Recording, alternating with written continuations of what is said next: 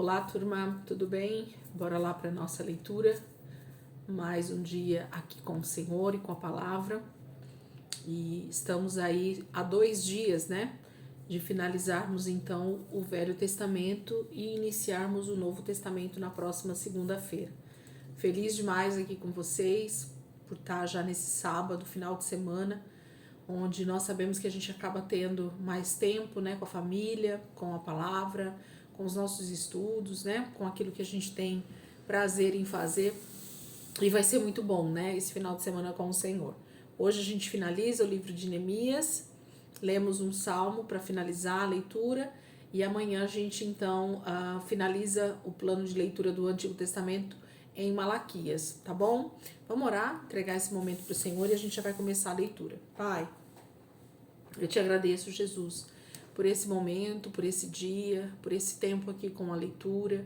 Nós te rendemos graças, Senhor, pelo auxílio do Teu Espírito até aqui, nos ajudando a compreender, nos ajudando a caminhar, Senhor, pela palavra, nos ajudando a ter a revelação necessária para esse momento da nossa vida, para o nosso crescimento espiritual, Jesus. Eu te louvo, Deus, e te peço que o Senhor continue a nos ajudar nessa jornada, nessa caminhada. Queremos continuar avançando, Senhor, dia após dia, mês após mês, ano após ano, até Jesus voltar. Esse é o nosso alimento, essa é a nossa verdadeira alimentação. Espiritualmente falando, precisamos, Pai, da Tua palavra como fonte de vida para nós. Nosso espírito vai sendo, sim, Senhor, edificado cada dia mais. E é por isso que nós estamos aqui, Pai. Muito obrigada, Jesus. Em nome de Jesus. Amém. Amém, queridos? Então, semana 40, dia 6, nós vamos ler Neemias, os 3 últimos capítulos, né? 11, 12 e 13, e Salmos 126. Então, vamos começar com Neemias, capítulo 11, versículo 1 diz assim: Os líderes israelitas passaram a morar em Jerusalém, a cidade santa. Nesse tempo, e por meio de um sorteio, uma 10ª parte do povo das outras cidades e vilas de Judá e de Benjamim também viveria ali. Os outros israelitas deveriam ficar em suas próprias cidades. Alguns que se mudaram para Jerusalém nessa ocasião foram voluntários e foram abençoados pelo povo. O povo de Israel, os sacerdotes, os levitas, os servidores do templo e os descendentes dos oficiais de Salomão continuaram a viver em suas próprias casas, nas várias cidades de Judá. Estes são os líderes da província que passaram a morar em Jerusalém. Habitaram em Jerusalém tanto pessoas de Judá quanto de Benjamim. Da tribo de Judá, Ataías, filho de Uzias. Uzias era filho de Zacarias. Zacarias era filho de Amarias. Amarias era filho de Cefatias. Cefatias era filho de Maalalel, um descendente de Pérez. Maacéias era filho de Baruque. Baruque era filho de Col-Ozé. Col-Ozé era filho de Asaías. Asaías era filho de Adaías. Adaías era filho de Joiaribe. Joiaribe era filho de Zacarias. Zacarias era descendente de Sela, ou Selá, filho de Judá. Estes foram os 468 valentes descendentes de Pérez que moraram em Jerusalém. Da tribo de Benjamim, Salu, filho de Mesulão. Mesulão era filho de Joede. Joede era filho de Pedaías. Pedaías era filho de Colaías. Colaías era filho de Maacéias. Maacéias era filho de Itiel. Itiel era filho de Jesaías. Mas os 928 descendentes de Gabai e Salai, o chefe deles era Joel, filho de Zicre, que era auxiliado por Judá, filho de Asenua. Dentre os sacerdotes, Gedaías, filho de Joiaribe, Jaquim, Seraías, filho de Ilquias. Ilquias era filho de Mesulão. Mesulão era filho de Zadok. Zadok era filho de Meraiote. Meraiote era filho de Aitube, o supervisor da casa de Deus. Ao todo, havia 822 sacerdotes trabalhando no templo sob a direção desses homens. Adaías, filho de Jeroão. Jeroão era filho de Pelalias. Pelalias era filho de Anzi. Anzi era filho de Zacarias. Zacarias era filho de Passur.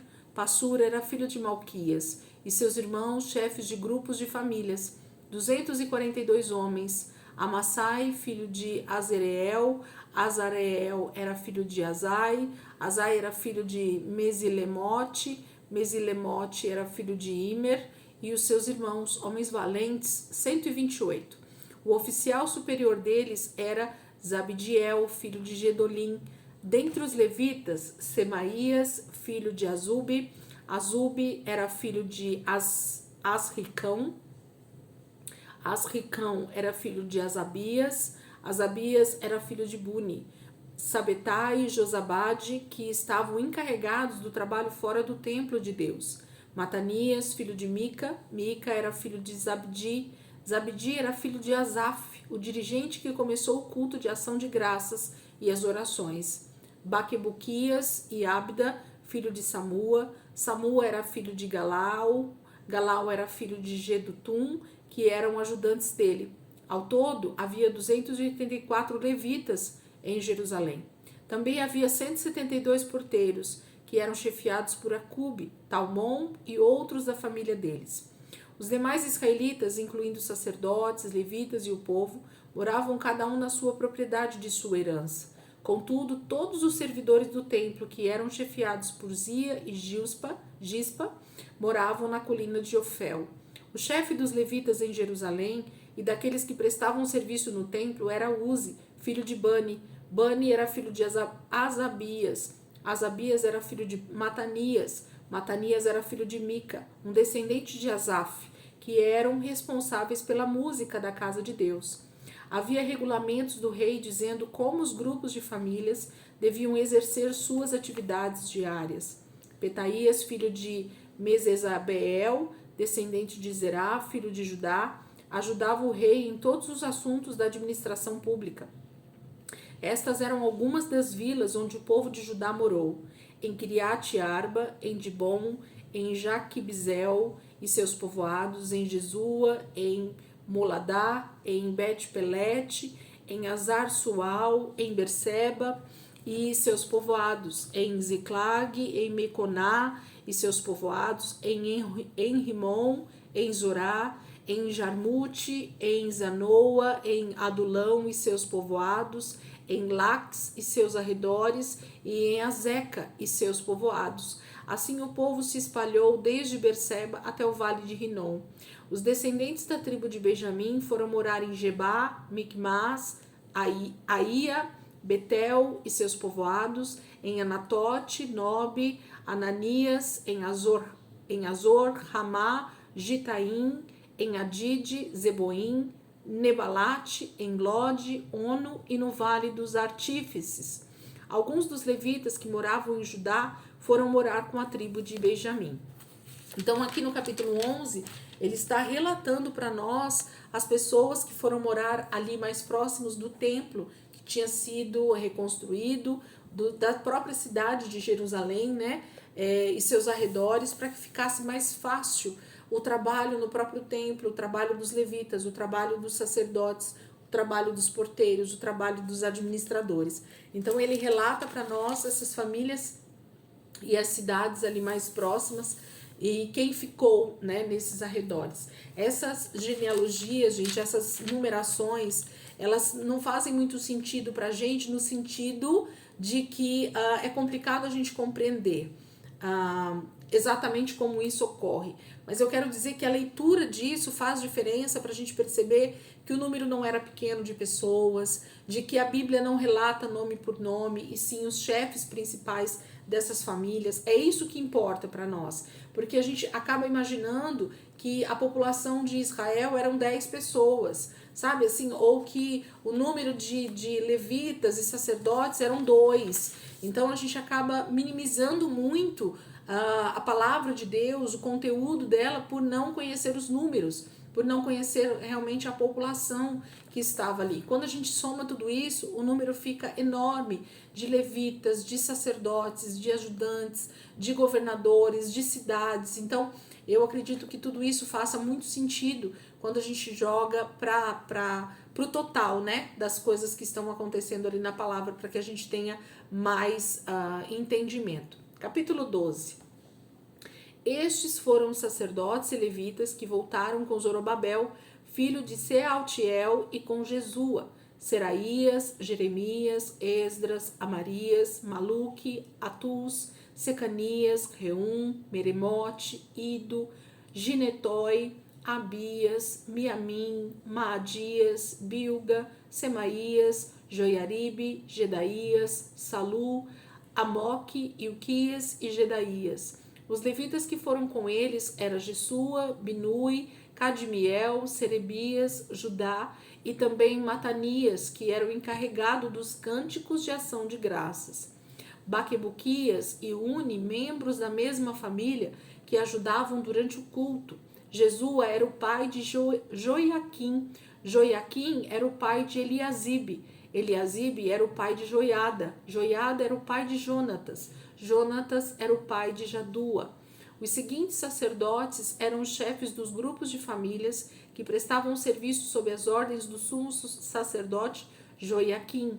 Meraías, chefe da família de Seraías, Ananias, chefe da família de Jeremias, Mesulão, chefe da família de Esdras, Joanã, chefe da família de Amazias, Jonatas, chefe da família de Maluque, José, chefe da família de Sebanias, Adna, chefe da família de Arim, Eticai, chefe da família de Meraiote, Zacarias, chefe da família de Ido, Mesulão, chefe da família de Gineton, Zicri, chefe da família de Abias, Piltai, chefe da família de Moadias, e Miniamim, Samua, chefe da família de Bilga, Jonatas, chefe da família de Semaías, Matenai, chefe da família de Joiaribe, Uzi, chefe da família de Gedaías, Calai, chefe da família de Salai, Eber, chefe da família de Amoque, Asabias, chefe da família de Uquias, Natanael, chefe da família de Gedaías. Durante o reinado de Dario, rei da Pérsia, foi feito um histórico dos chefes das famílias dos sacerdotes e levitas, nos dias de Eliasibe, Joiada, Joanã e Jadua, todos eles levitas. No livro das crônicas, os nomes dos levitas foram registrados até os dias de Joanã, filho de Eliasibe. Estes eram os chefes dos levitas naquele tempo. Asabias, Serebias e Tesua, filho de Cadmiel, os que pertenciam à família deles, ajudaram durante as cerimônias de louvor e ação de graças, exatamente como Davi, o homem de Deus, havia mandado. Os porteiros encarregados do recolhimento das ofertas nos depósitos junto aos portões eram Matanias, Baquebuquias, Obadias, Mesulom, Talmon e Acube. Esses eram os homens ativos no templo de Joiaquim, filho de Jesua, que era filho de Josadaque, nos dias do governador Neemias, e quando Esdras era sacerdote e escriba. Durante a consagração dos muros de Jerusalém, todos os levitas de toda aquela região vieram a Jerusalém para auxiliar nas cerimônias e tomar parte na alegre festa com ações de graças, ao som de símbolos, saltérios e harpas. Também das aldeias vizinhas de Jerusalém e das aldeias dos netofatitas vieram cantores a Jerusalém. Vieram também de Bet-Gilgal e da região de Gebá e de Asmavete, pois os cantores tinham construído suas próprias aldeias ao redor de Jerusalém. Primeiro os sacerdotes e os levitas consagraram-se a si mesmos, depois consagraram o povo, os portões e os muros. Eu levei os chefes de Judá para cima do muro e dividi o coro em 2 fileiras compridas, que caminhavam em direções contrárias, dando graças enquanto andavam. Um grupo ia para a direita em direção à porta do monturo. Osaías e metade dos líderes de Judá os seguiram.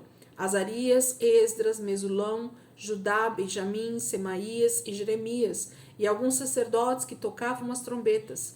Zacarias, filho de Jonatas, Jonatas, filho de Semaías, Semaías, filho de Matanias, Matanias, filho de Micaías, Micaías, filho de Zacur, Zacur, filho de Asaf, e os membros do seu grupo de famílias, Semaías, Azereel, Milalai, Gilalai, Maai, Netanel, Judá e Anani.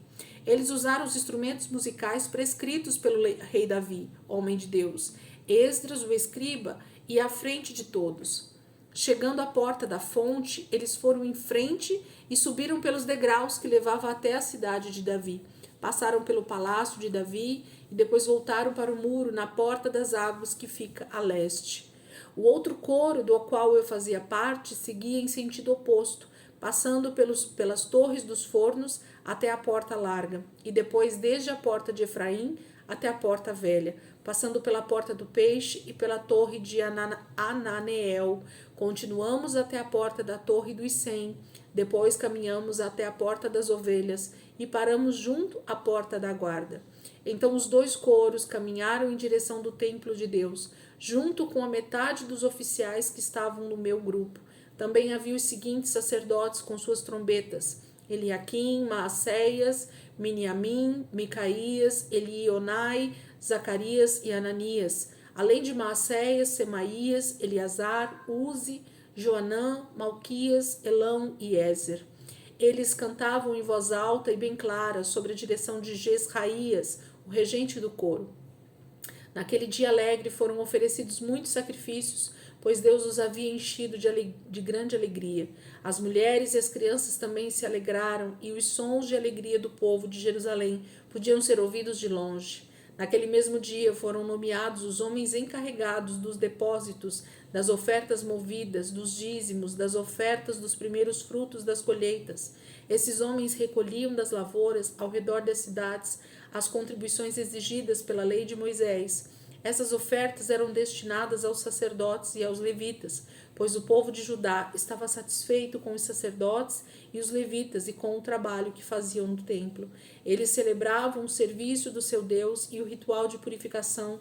Os cantores e os porteiros ajudavam na adoração a Deus e na direção das cerimônias, conforme era exigido pelas leis de Davi e de seu filho Salomão. Foi nos dias de Davi e de Asaf que começou o costume de ter regentes de coro para dirigir os coros dos cânticos de hinos de louvor e de agradecimentos a Deus.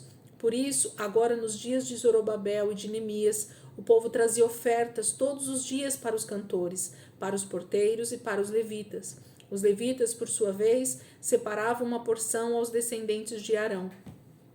Capítulo 12 segue, com essa relação de pessoas e de grupos de famílias, de líderes, que estavam encabeçando tudo isso, que estavam responsáveis pelos turnos que começariam a acontecer agora ali no templo. E essa era a grande alegria naquele momento. Tudo estava voltando para o seu devido lugar, tudo estava voltando a ser como no início, quando Davi instituiu o culto, e quando Davi instituiu o louvor, quando a casa de Deus ela ficava 24/7, 7 dias por semana, 24 horas, eles ficavam adorando e louvando ao Senhor.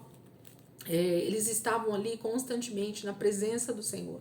E por isso, então, a tribo de Levi foi separada para isso, para que eles pudessem ficar constantemente, realmente, oferecendo ali as suas vidas em favor das outras tribos. É muito lindo ver, como Deus estava restaurando nesse momento todas as coisas, não só a construção do templo, a reconstrução dos muros, a restauração das famílias, porque eles tinham abandonado as mulheres estrangeiras, os sacerdotes, os levitas, os trabalhadores do templo se purificando, se santificando para estar diante do Senhor, para poder prestar realmente o seu serviço ali no templo. Tudo estava tomando forma e Neemias estava muito feliz com tudo isso que estava acontecendo e todos os líderes estavam muito felizes com o que estava acontecendo. Capítulo 13 é o nosso último texto hoje no Velho Testamento, no livro de Neemias. Capítulo 13 diz assim: Naquele dia, enquanto o livro de Moisés foi lido em voz alta, achou-se escrito nele que não se deveria permitir que os amonitas e os moabitas se juntassem ao povo. Deixa eu virar aqui. De Deus, porque eles não tinham sido bondosos com o povo de Israel, não dando água e comida aos israelitas. Em vez disso, tinham contratado Balaão para amaldiçoar o povo. Porém, Deus transformou a maldição em bênção. Quando o povo ouviu esta lei, todos os estrangeiros foram excluídos de Israel. Antes desse acontecimento, Eliasibe, o sacerdote, tinha sido nomeado para a guarda do depósito do templo do nosso Deus. Ele era parente próximo de Tobias e havia transformado uma grande sala do depósito em um bonito quarto de hóspedes para Tobias. Antes, o lugar era usado para depósito das ofertas de cereais, de incenso, dos utensílios do templo, dos dízimos de trigo, de vinho novo e azeite de oliveira. Moisés tinha decretado que essas ofertas pertenciam aos levitas, aos cantores e aos porteiros, além das ofertas movidas para os sacerdotes. Eu não estava em Jerusalém nesse tempo, pois tinha voltado para a Babilônia, no 32º ano do reinado de Ataxerxes. Contudo, mais tarde, recebi permissão para voltar de novo a Jerusalém. Quando cheguei a Jerusalém, tomei conhecimento desse ato mau de Eliasibe ao ceder uma sala a Tobias nos pátios do templo de Deus. Fiquei muito irado e joguei fora todos os móveis de Tobias. Então exigi que o quarto fosse purificado completamente e trouxe de volta os utensílios do templo de Deus, com as ofertas de cereais e o incenso. Também fui informado de que os levitas não tinham recebido o que lhes era devido, de modo que eles e os levitas cantores que deviam guiar os cultos de adoração tinham voltado para suas terras. Imediatamente repreendi os oficiais e perguntei: por que o templo foi abandonado? Então chamei os levitas de volta e coloquei todos nos postos que deviam ocupar. Mais uma vez, todo o povo de Judá começou a trazer os dízimos de cereais, do vinho novo e do azeite de oliveira para o depósito do templo. Coloquei Selemias, o sacerdote, Zadok, o escrivão, e Pedaías, o levita, como encarregados da administração dos depósitos, e nomeei Anã, filho de Zacur, neto de Matanias, como auxiliar deles. Esses homens eram muito respeitados e eles ficaram responsáveis pela distribuição dos suprimentos aos seus companheiros levitas. Ó meu Deus, lembre-se de mim por isso e não se esqueça de tudo que eu tenho feito pelo templo do meu Deus e pelo seu culto. Um dia eu estava numa plantação e vi alguns homens pisando nos tanques de prensar uvas no sábado. Além disso, transportavam feixes de trigo e carregavam os jumentos com vinho, uvas, figos e todo tipo de mercadoria para Jerusalém. Chamei a atenção deles em público para não vender alimento nesse dia. Havia também alguns homens que vinham de Tiro, que moravam em Jerusalém, trazendo peixe e todo tipo de mercadoria para vender esses artigos ao povo de Judá no sábado. Então perguntei aos chefes de Judá: por que vocês estão profanando o dia de sábado? Já não foi suficiente que os seus antepassados fizessem o mesmo, levando nosso Deus a trazer desgraça sobre nós e sobre nossa cidade? Agora vocês estão trazendo mais ira sobre o povo de Israel, profanando o dia de sábado. Por isso, ordenei que daquele dia em diante as portas da cidade fossem fechadas nas tardes de sexta-feira, assim que começasse a escurecer, e só fossem abertas depois que o sábado tivesse terminado. E mandei alguns dos meus homens de confiança guardarem as portas para que não entrasse nenhuma mercadoria no sábado. Os negociantes e os vendedores ficaram acampados fora de Jerusalém 1 ou 2 vezes, porém falei duramente com eles. O que vocês estão fazendo aí fora, acampando ao redor do muro? Se fizerem isso de novo, mandarei prendê-los. E essa foi a última vez que eles vieram no sábado. Então mandei que os levitas se purificassem e que guardassem as portas, a fim de que o dia de sábado fosse respeitado como sagrado. Lembre-se de mim por isso, ó meu Deus, e tenha compaixão de mim, de acordo com o seu grande amor. Nessa mesma ocasião, vi que alguns dos judeus haviam se casado com mulheres de Asdod, de Amon e de Moabe. A metade dos filhos deles falava a língua de Asdod, os dos outros povos, mas não falava a língua de Judá. Por isso eu os repreendi e os amaldiçoei, esmurrei alguns deles e arranquei os seus cabelos. Também os fiz jurar diante de Deus, dizendo: não deem suas filhas em casamento aos filhos deles, nem deixem que as filhas deles se casem com seus filhos. Não foi por causa de casamentos como esses que Salomão, rei de Israel, pecou. Não havia rei igual a ele entre as muitas nações. Deus amava Salomão e fez dele rei sobre todo o povo de Israel. Mesmo assim, ele foi induzido por mulheres estrangeiras a praticar a idolatria. Como permitiremos isso? Como podem cometer essa terrível maldade e serem infiéis ao nosso Deus, casando-se com mulheres estrangeiras? um dos filhos de Joiada, filho de Eliasibe, o sumo sacerdote, era genro de Sambalate, o horonita. Por isso eu o expulsei para longe de mim. Lembre-se deles, ó meu Deus, pois desonraram o ofício de sacerdote e a aliança e os votos dos sacerdotes e dos levitas. Assim purifiquei o povo de tudo que era estrangeiro, dei tarefas para os sacerdotes e levitas e determinei a cada um o trabalho que tinham de fazer. Eles forneciam lenha para o altar em dias certos e cuidavam dos sacrifícios e das primeiras ofertas de toda a colheita. Lembre-se de mim, meu Deus, em sua bondade. Capítulo 13, infelizmente, não acaba com uma grande festa, celebrando novamente o templo em andamento, mas foi só Neemias sair por algum tempo de Judá e Jerusalém, voltar para